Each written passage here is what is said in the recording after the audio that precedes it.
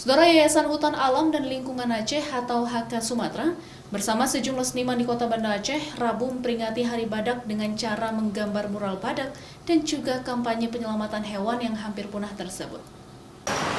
Kegiatan kampanye peringatan Hari Badak Sedunia dilakukan Yayasan HK bersama sejumlah seniman dilaksanakan di Taman Ratu Safiatuddin Kota Banda Aceh. Selain mural, para seniman juga memakai baju yang mirip dengan badak. Kemudian melakukan kampanye diam dan merenung akan populasi hewan tersebut. Lukisan badak sendiri digambar dengan konsep hampir punahnya badak Sumatera hingga lari meninggalkan hutan akibat penebangan liar. Selain itu, dengan gambar mural ini diharapkan juga dapat menarik minat masyarakat agar lebih peduli dengan hewan yang hampir punah tersebut.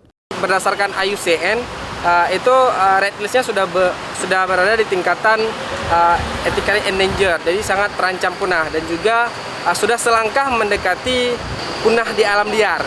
Jadi sangat-sangat terancam si badak ini.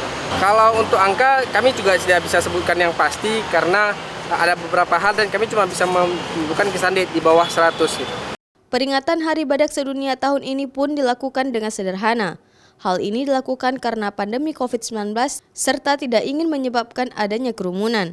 Namun, meskipun sederhana, makna dan inti kampanye yang ingin disampaikan memiliki tujuan yang jelas terhadap hewan yang memiliki jumlah populasi kurang dari 100 tersebut di Sumatera. Syahril, Kompas TV, Banda Aceh.